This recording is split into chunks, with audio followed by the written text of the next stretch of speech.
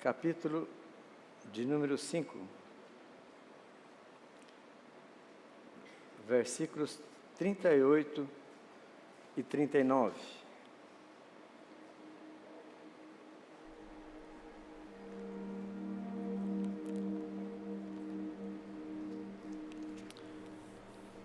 Diz assim a palavra de Deus: dai de mão a estes homens. Eu estou usando a versão NVT. Agora digo-vos, dai de mão a estes homens e deixai-os, porque se este conselho, ou se esta obra é de homens, ela se desfará.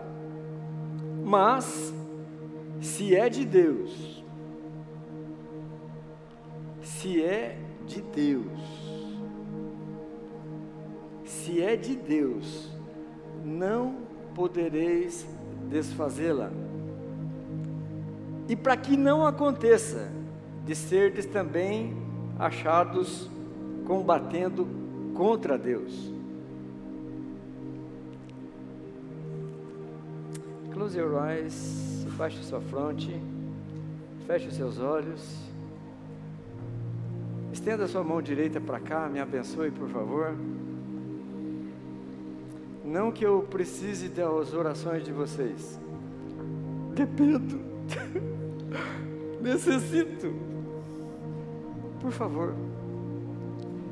Pai, em nome do Senhor Jesus, cá estamos para ministrar, Senhor, a Tua palavra, para trazer ao coração dos Teus filhos aquilo que o Senhor trouxe para mim, lá no meu secreto.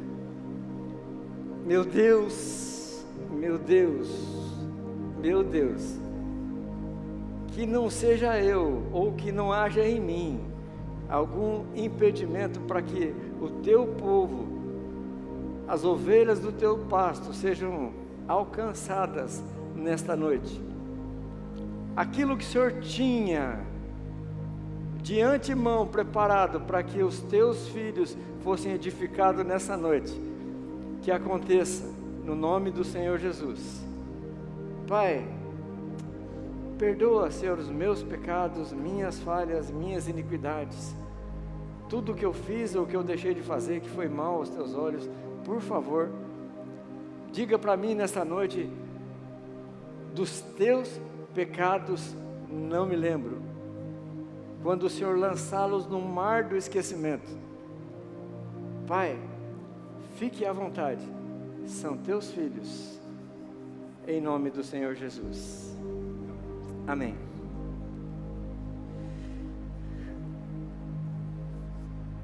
Estamos em obras, cadê? Aqui? O título da mensagem, para quem gosta de anotar, é: estamos em obras? É uma pergunta. Eu vou confessar para os irmãos que aqui, estamos em obras. Eu particularmente não gosto de começar nenhuma ministração com uma pergunta. Talvez por causa da minha formação, é coisa minha. Eu sou bacharel em Direito. Eu me formei na Faculdade de Direito da Alta Paulista. E eu fiz a minha pós-graduação em coach educacional. E se tem uma coisa que coach sabe fazer muito bem, é pergunta. E eu acho que essas coisas, sabe, para mim, que eu tenho essa formação, sabe, não combina muito bem. Nada contra. Mas para mim, eu particularmente não gosto disso, sabe? Mas tem coisas, irmãos, que não tem como. Não tem como.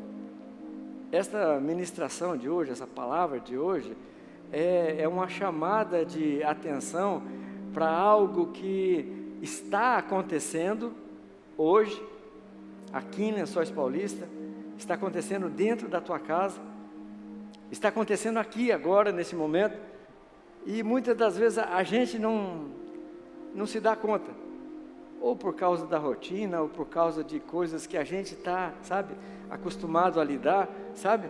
Parece que existem coisas que fazem parte do cotidiano, da vida. E a gente age automaticamente e não para pensar, certo? Por exemplo, você está em obra, ou já viveu uma obra, uma reforma, ou uma construção? A princípio, não, eu não estou em obra, não estou fazendo nenhuma obra. A resposta, pois devia. Estamos em obra. Estamos em obra. A principal chama-se reconstrução. Nós fomos feitos segundo a imagem e a semelhança de Deus. Fomos criados assim. E por conta da força, do poder, do pecado e das coisas próprias desse mundo, daqui de baixo, a gente vai convivendo com essas coisas, a gente vai se acostumando, e no começo aquilo que trazia para nós uma repulsa, de repente a gente vai,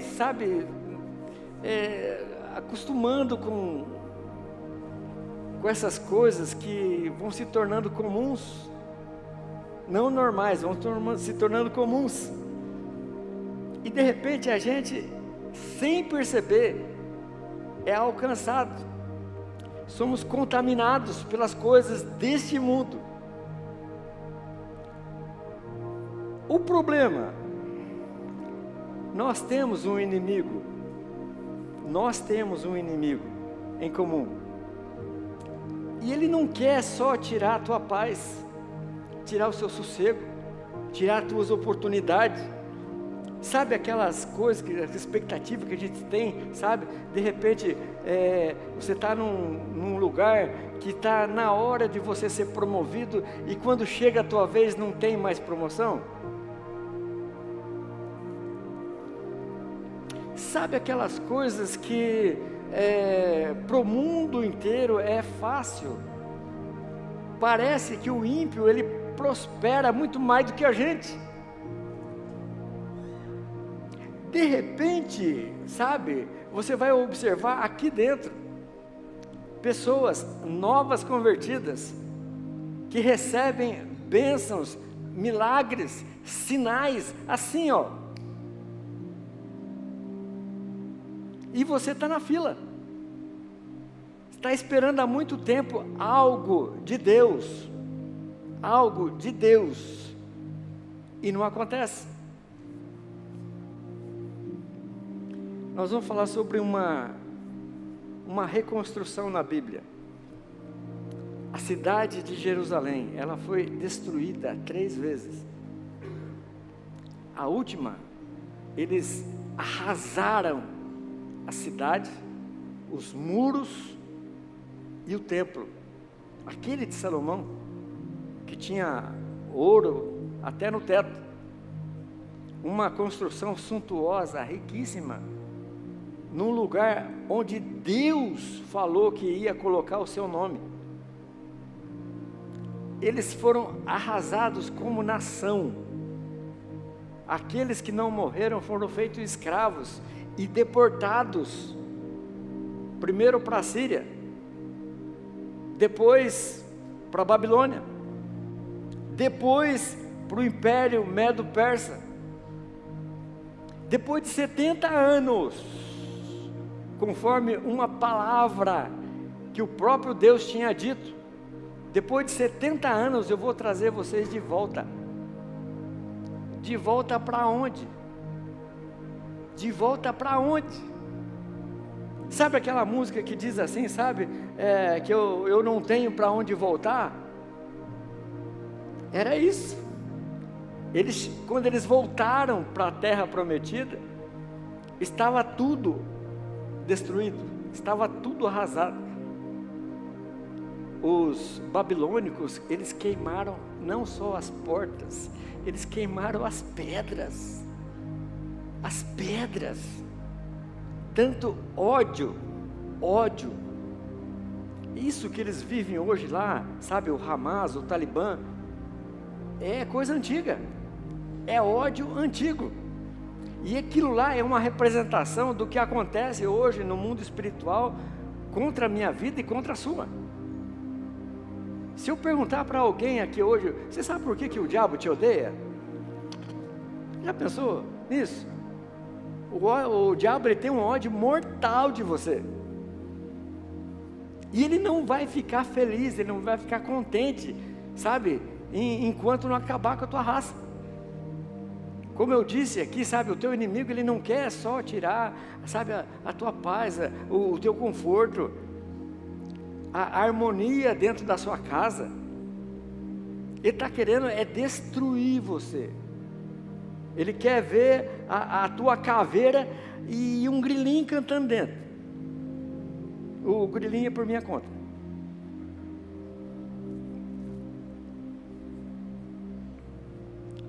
Duas notícias, uma boa ou ruim? Qual que vocês querem primeiro? A ruim? Oh, vocês têm mais coragem do que aparenta. Tá, vamos lá. Foi feito um projeto no inferno para destruir você.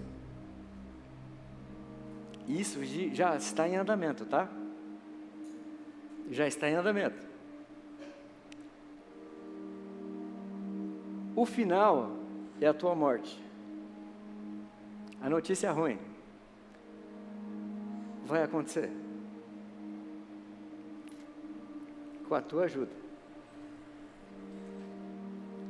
Se o diabo pudesse ter destruído você, ele tinha feito logo antes de você ter nascido. Ou durante todo esse tempo que você viveu. Ele não pode.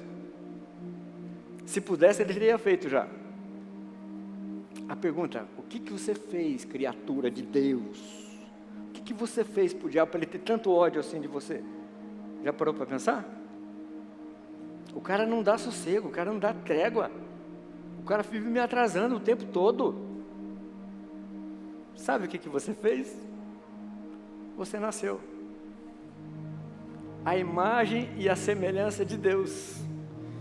E ele odeia tudo aquilo que se diz Deus. Quando ele olha você, ele vê Deus e ele range os dentes. A notícia é boa. Quando você foi concebido, há algum tempo atrás, quando você nasceu, Deus, teu Pai, teu verdadeiro Pai, aquele que concordou com a tua existência. A Bíblia fala no Salmo 149 que ele escreveu na palma das suas mãos todos os seus dias, quando nenhum deles havia. E ele chamou você à existência pelo nome. E aquele plano, aquele projeto de Deus vai acontecer. Com a tua ajuda. O que aconteceu lá quando o povo voltou para a cidade e a cidade estava arrasada? A Bíblia fala que Neemias, no capítulo de número 4, do 1 a 3, diz assim, que Sambalate ficou furioso. Sambalate, ele representa uma entidade espiritual que age contra o povo de Deus até hoje,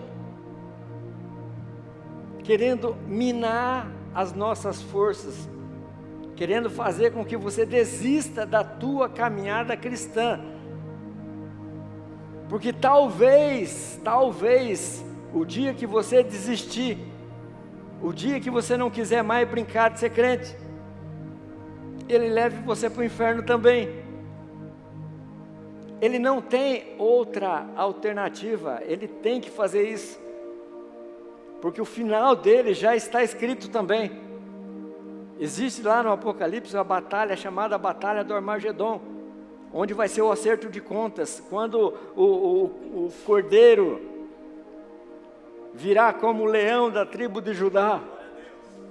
junto com os seus anjos, junto com os seus servos, remidos, lavados, purificados no sangue de Jesus, vestido de vestes brancas, com espada desembainhada, e iremos fazer parte desse acerto de contas. A única possibilidade do diabo é levar o maior número de pessoas possíveis para o inferno. Talvez, pela quantidade, ele consiga fazer frente ao exército de Deus.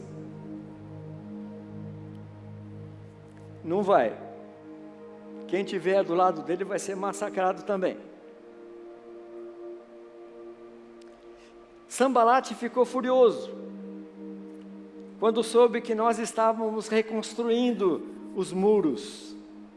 E ele disse: o que esse punhado de judeus fracos pensam que estão fazendo?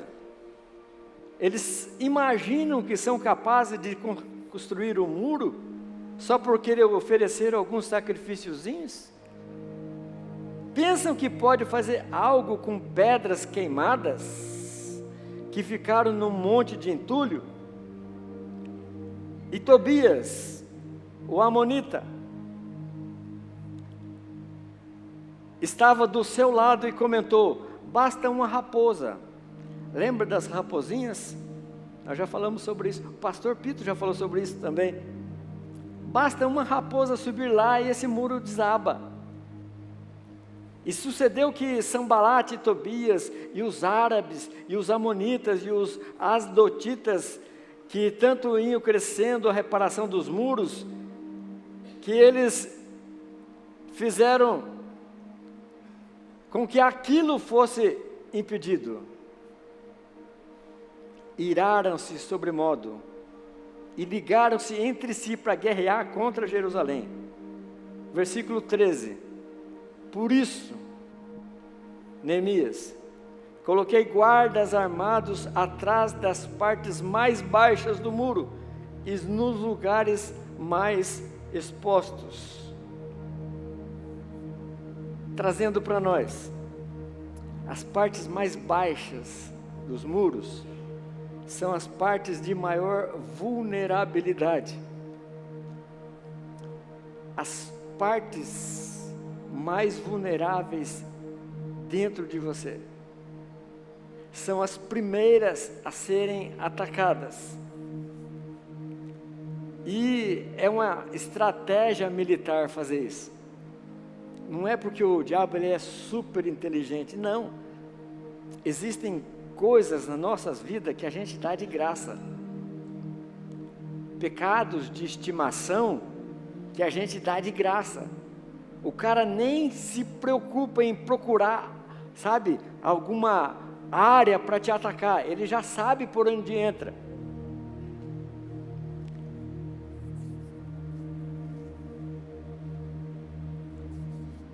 Quantos de nós aqui nascemos na Paz Church?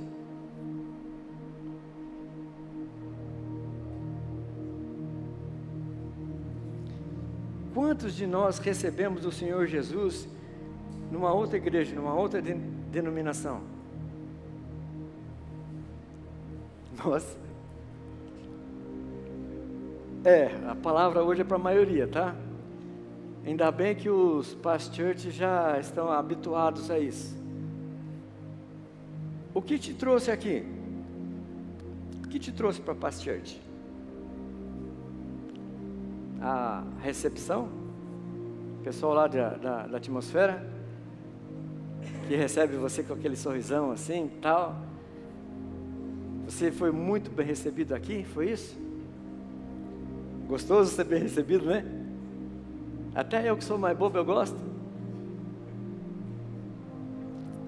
Ou de repente aqui você se identificou com alguma, sabe, algum mover do Espírito de Deus, e você chegou à conclusão: Deus está nesse lugar.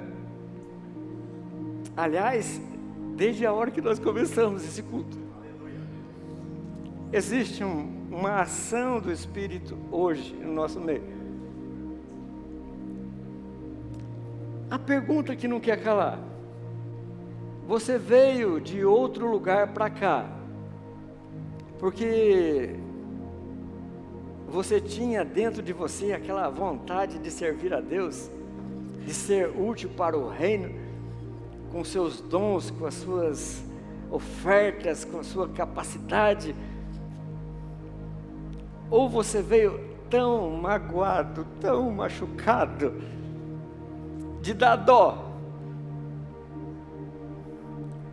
Muitos de nós que estamos aqui hoje apanharam muito. Eu não quero entrar no mérito, na razão de você ter abandonado aquilo lá e ter vindo para cá. Eu acredito que a sua queixa, ela é legítima. Ela é legítima. Mas, e aí?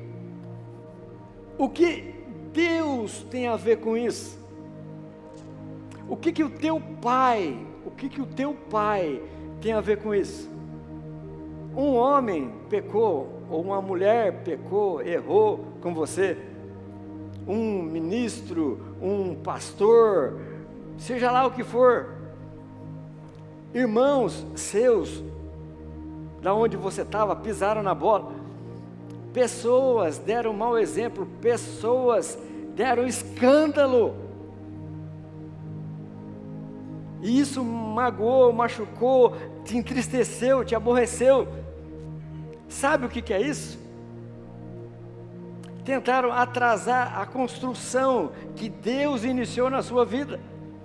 Filipenses fala assim, capítulo 1, que aquele que iniciou uma boa obra é fiel para completá-la até aquele dia.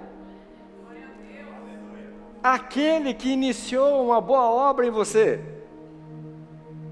ele iniciou uma obra quando você aceitou Jesus, quando você ergueu a sua mãozinha. Só que você estava sujo, você estava contaminado, e precisava haver uma ação de Deus, do Espírito Santo na tua vida, uma lavagem pela palavra, a ponto de você superar muitas coisas que hoje fazem a diferença. Queridos, não existe nada de anormal entre uma pessoa ser traída e ficar, sabe, magoada, ferida. Normal. Nada contra a terapia, viu? Se puder, faça. Mas existe algo que só Deus pode fazer dentro de você. Isso é Evangelho. O Evangelho, ele não está querendo só dar um alívio para as tuas cargas, te dar uma boa vida aqui nesse plano. Você está sendo preparado para o arrebatamento, para ir morar na glória. E lá no céu tem muitas coisas que simplesmente não entram. E Deus começou uma reforma em você lá atrás, quando você se converteu. A pergunta: a quantas andas as obras que o Senhor está fazendo na tua vida? Puxa vida, eu nem sabia que eu estava em obra? Tem muita coisas que a gente vai fazer numa casa, né? Você vai fazer um reparo lá na casa, então você, de vez em quando, né, a casa, ela vai mostrando sinais de envelhecimento, não é? E aí você fala, puxa vida, está na hora de fazer uma pintura nessa casa, né? Aí você vai lá, escolhe as tintas, escolhe primeiro o pintor, viu? Né, Serginho? E aí você, quando você vai fazer a pintura ou a reforma, você percebe que tem aquelas manchas, sabe aqueles negócios que fica grosseiro na parte de baixo da pintura. na parte da casa, que ela fica estufada. E aí aquilo aí, filho, é só uma espátula. Você tem que rapar tudo aquilo lá, tirar tudo, passar novamente uma massa corrida, dar uma lixada boa, e aí você passa uma tinta. 1 ou 2 de mão até ficar bom. O problema é que muitas das vezes a gente vai tirar aqueles estufados e a gente percebe que naquela parede, geralmente perto do banheiro, está com infiltração. Meu Deus, e agora? Massa corrida e pintura não vai resolver. Vamos ter que quebrar. E aí, já é coisa de pedreiro. Vai lá, quebra a parede. Troca o encanamento. E aí coloca tijolo, massa corrida e a tinta por cima. Beleza. Tem coisa pior do que isso? Tem. Quando você percebe que a fundação está comprometida. Aí, o estrago é maior. Muitas das vezes, quebrar uma parede inteira, sabe, quebrar o piso, não é o suficiente. As estacas estão comprometidas. Tem que fazer reforço na estrutura, para depois fazer toda aquela obra em cima daquilo. Tem construção que você tem que destruir tudo, não tem jeito. Não sei se vocês conhecem, mas existem prédios aqui em Lençóis Paulista que eles estão interditados. Existem obras novas, embargadas, porque estão fora dos padrões. Alguma coisa aconteceu que a obra não vai para frente. E é isso que acontece com a gente espiritualmente. Tem coisas que só uma massa corrida resolve. Tem coisas que você vai ter que raspar. E raspar dói. Tem coisas que você vai ter que quebrar a parede. Tem coisas que você vai ter que mexer lá na estrutura, lá embaixo. E tem coisas que você tem que meter o trator por cima, não tem jeito. Eu acredito que nós estamos numa situação boa, mas estamos em obra. Coisa que nunca termina é a parte estética de uma construção. Sempre você vai estar mexendo em alguma coisa, não tem jeito. Olha só, pontos fracos. Estrutura fala de pontos fracos. Que cada um tem a sua fraqueza. O que não é, talvez a minha fraqueza seja a tua e vice-versa. Todo mundo tem ponto fraco. A pergunta, por que Deus te trouxe aqui? Por que Deus te trouxe aqui? Talvez, não sei, aonde você estava, não haviam ferramentas como nós temos. Isso não quer dizer que uma vez que você passa aqui pelo o que nós temos para oferecer, você já esteja pronto, apto, acabou a obra, não é nada disso. Mas nós temos ferramentas aqui que vão poder te ajudar em muito. Aqui existe palavra genuína, pura, sem mistura. Glória a Deus. Aqui nós temos um período da semana, nas terças-feiras, chama-se Tadel, treinamento avançado de líderes. Ah, mas isso é coisa de quem é membro da igreja. Não. Fala sobre liderança. Coisas que você precisa aprender para aplicar na sua vida, para a tua vida dar certo. Nós temos life groups que se assemelham um pouquinho com a igreja primitiva, quando os irmãos eles se encontravam nas casas, pensa num lugar gostoso, onde você aprende a dividir a palavra com seus irmãos. Você aprende sobre companheirismo. Você aprende a interceder uns pelos outros.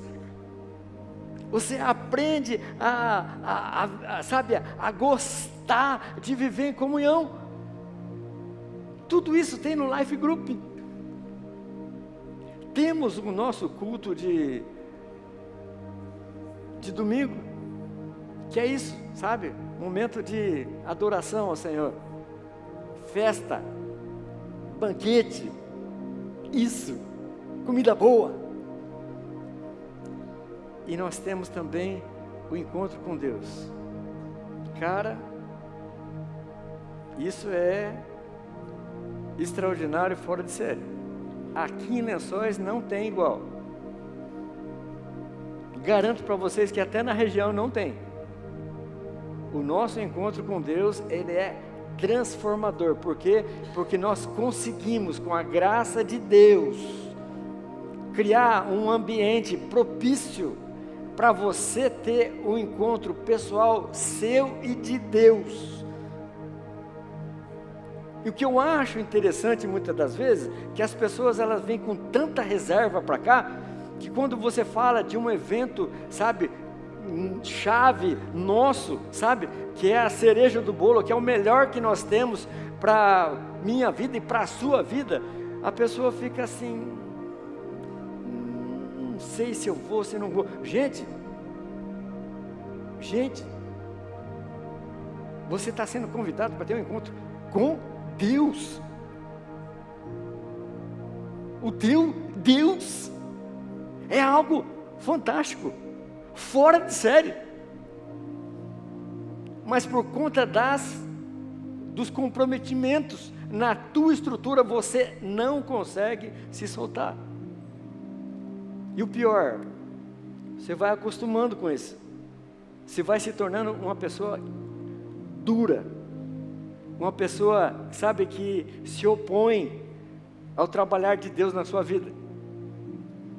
O versículo que nós lemos aqui no começo: eu acredito que aquele que começou a boa obra em você, lá atrás, quando você recebeu o Senhor Jesus, ele foi tão animado, ele falou, puxa vida, eu quero fazer, sabe, uma casa bonita, eu quero fazer uma casa favorita nessa pessoa.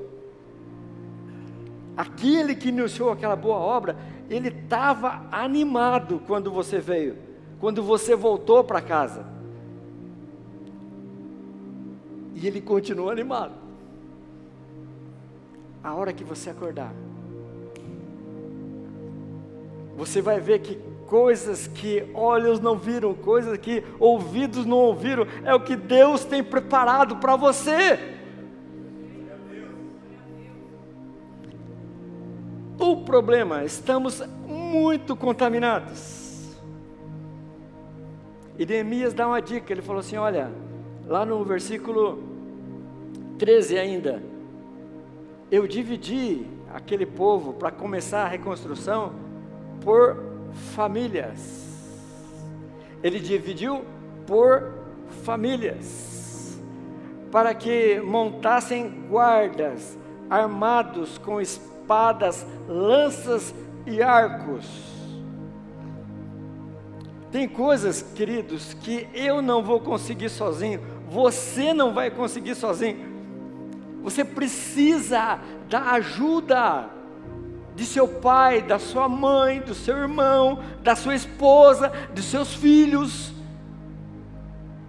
É isso. É isso. A maior oposição do inferno é contra a família. Há uns 10, 15 anos atrás, 20 anos, não sei, veio aquela onda da nova era. Um monte de lixo veio junto. E vieram as feministas, vieram os outros grupos interessantes que se levantaram com tanta força contra a família. Inventaram tantas leis para que a família perdesse, sabe, aquele poder de coesão.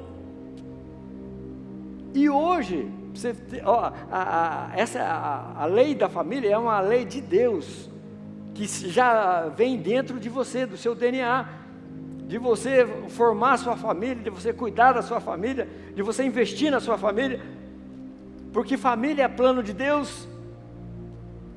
Hoje, as pessoas homoafetivas, eles querem casar. Como assim? Vocês não falavam que família era uma instituição falida e que precisava ser reformulada? Agora vocês querem casar também? E tem um monte. Homem com homem, mulher com mulher. Família é algo, uma invenção de Deus, para você ser feliz. E hoje o que acontece? Os homens, maridos, por conta dessa contaminação, sabe? Os maridos não confiam nas suas esposas. A esposa não tem a senha do cartão, não tem a senha do celular do cidadão. Tem marido que não deixa a mulher nem aprender a dirigir.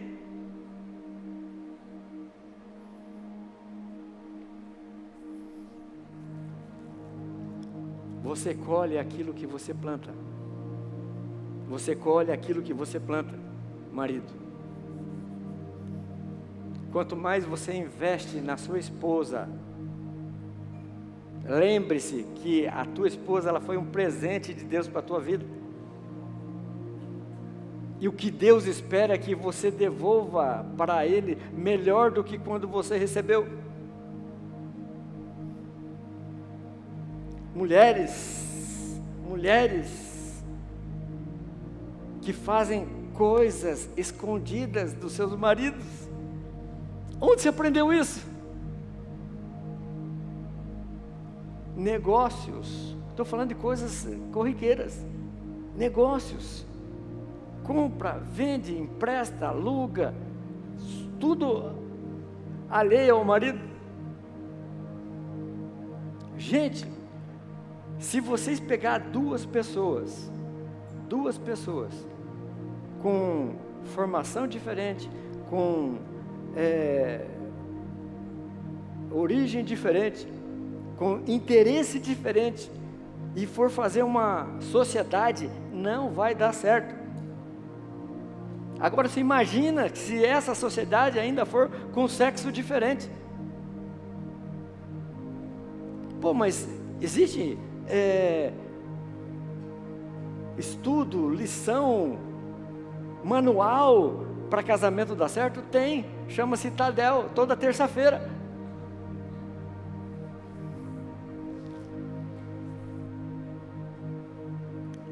E eu disse para eles: não tenham medo do seu inimigo. Lembre-se, o Senhor, que é grande e terrível, e lutem pelos seus irmãos, pelos seus patrícios, pela sua casa, por seus filhos.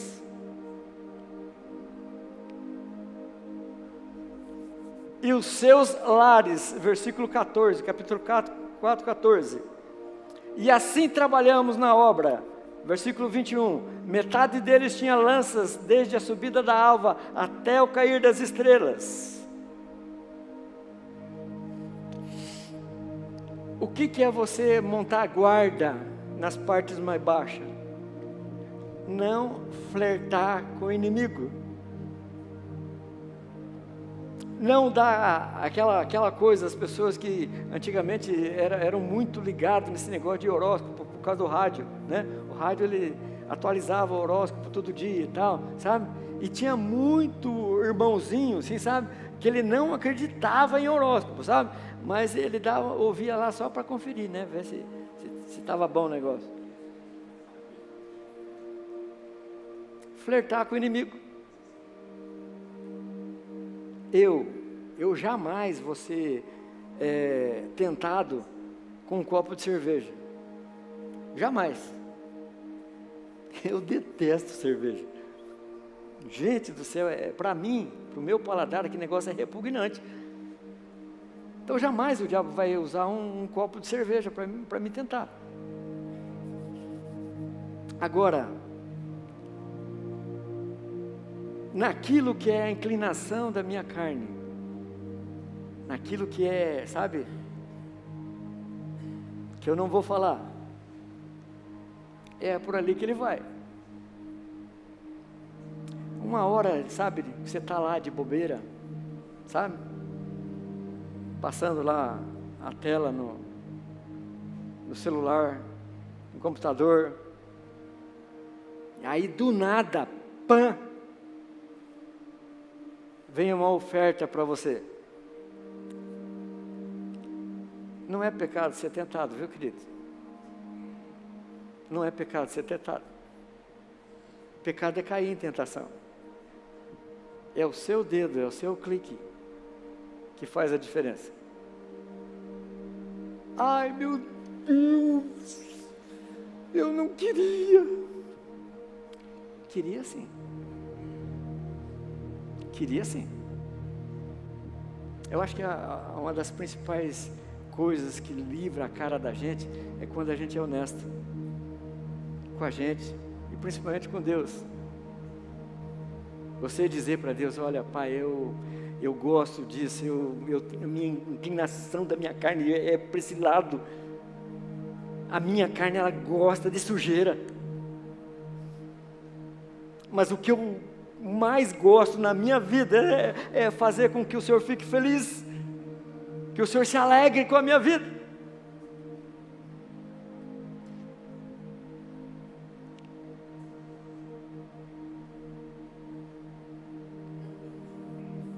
A palavra de Deus diz assim, que o povo de Deus, eles estavam tão comprometidos, que precisou uma intervenção divina para ajudá-los. A terra estava destruída, a construção deles estava arrasada. E veio a palavra para nós, hoje. Enquanto eu estava falando aqui, a tua mente foi lá atrás, foi lá na tua casa, foi lá no teu trabalho, e te trouxe comprometimentos que você sabe que está te afundando, está te afastando de Deus, e está impedindo daquela obra maravilhosa aconteça na sua vida. Deus, o teu Pai, Ele fez um projeto para que a tua vida dê certo, para que você seja uma bênção para a sua casa, para a sua família. Homens que quando falam, as pessoas param para ouvir. Mulheres que com a sua postura, só com a sua postura, elas ganham os seus maridos. Pais que quando oram por seus filhos, pela sua descendência, aquilo que é um engendramento, uma preparação do inferno, de destruição, para. Enfermidades de cunho espiritual que estão alcançando as nossas casas, são paradas pela oração de pais que oram pelos seus filhos.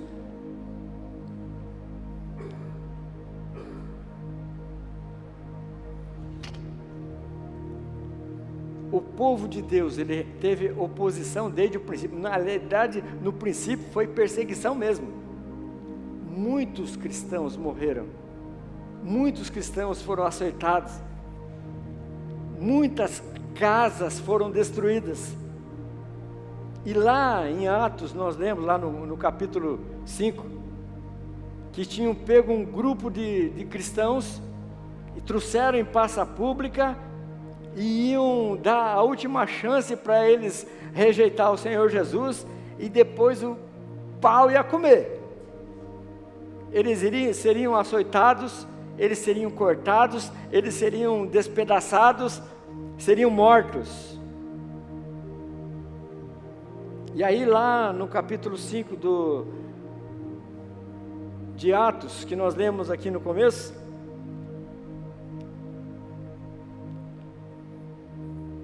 Gamaliel, o ancião da cidade, professor do apóstolo Paulo, ele falou assim: irmãos, calma, vou contar uma coisa para vocês. Antes desses homens chegar, teve um líder chamado Teudas, que ele mesmo se dizia ser alguém. Que fim levou? Depois dele veio um tal de Jesus, Berseba ou Barseba, alguma coisa assim. Ele foi morto pelos seus próprios discípulos.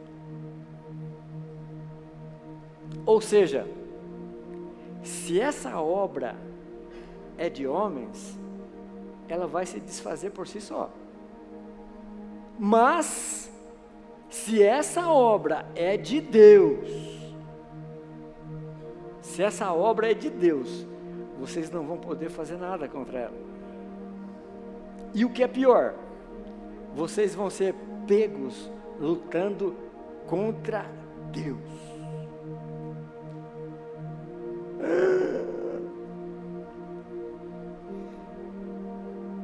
Alguém iniciou uma boa obra na sua vida,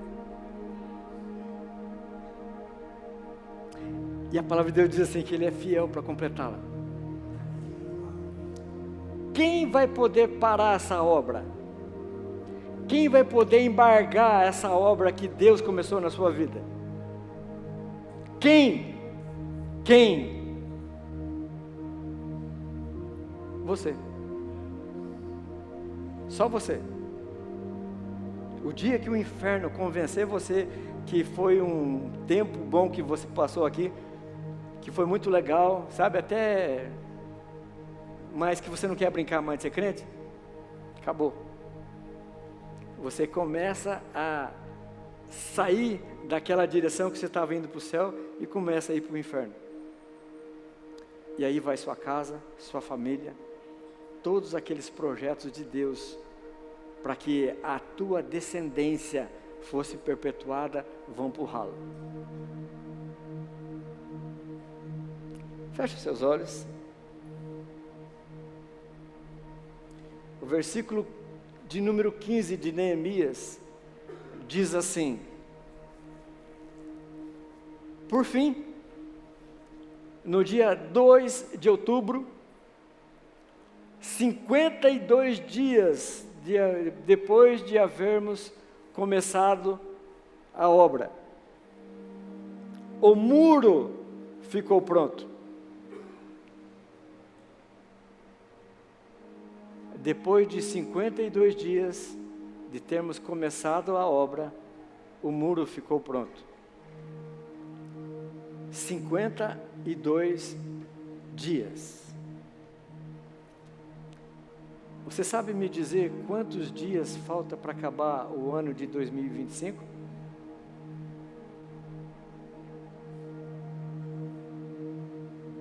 Descontando domingos e feriados, 52 dias. Faltam 52 dias para aquilo que Deus deu como ordem, para que o muro fosse refeito, reconstruído, restaurado. A mesma palavra está sobre mim, sobre você. Vão acontecer coisas daqui para o final do ano na tua vida, onde você vai perceber que Deus agiu a teu favor.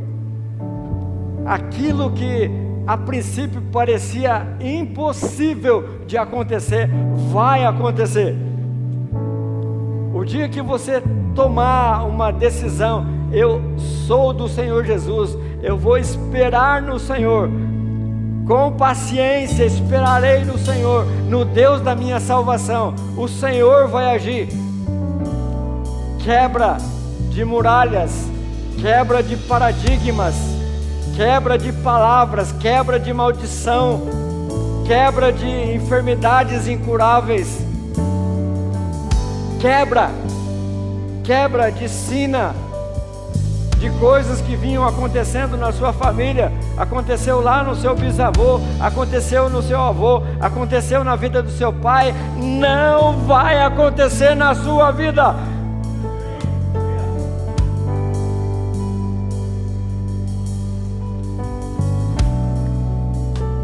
Como é que eu faço? Está escrito que se o meu povo, que se chama pelo meu nome, orar e se humilhar e se arrepender dos seus maus caminhos, eu virei dos céus, diz o Senhor, eu virei dos céus, perdoarei os seus pecados e sararei a sua terra. Glória a Deus, glória a Deus, glória a Deus. Agora, now, você e Deus, você e Deus. Eu vou fazer uma oração aqui responsiva, mas eu não quero que você repita, eu quero que você faça dessa oração a tua oração. E você vai perceber que algo vai ser desobstruído nos céus. Você vai perceber sobre a tua cabeça que um novo tempo está chegando sobre a sua vida. Diga: Pai, desse jeito nem eu não ouço. Pai, em nome de Jesus,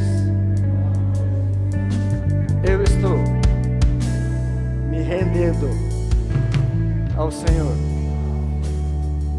Todas as minhas reservas, tudo aquilo que foi construído dentro de mim, que é uma posição segura do inferno e que está me atrasando, que está impedindo eu de avançar, que as coisas que eu acredito não chegar na minha vida, eu estou entregando aos teus cuidados. Pai, pecados, inclinação da minha carne, eu estou depositando aos teus pés.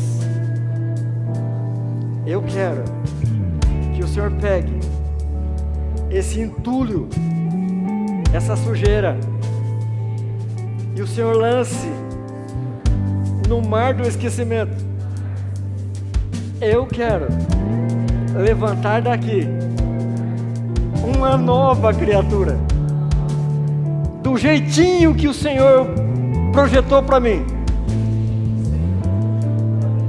Pai, me receba gostoso na tua presença, em nome de Jesus, amém. Fica de pé.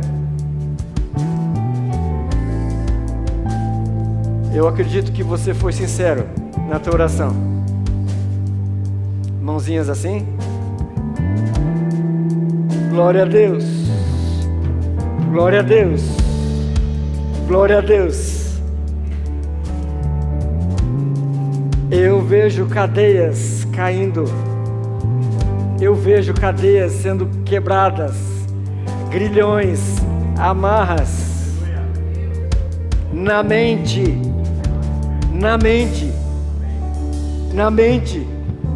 pureza sendo distribuído sobre os filhos de Deus.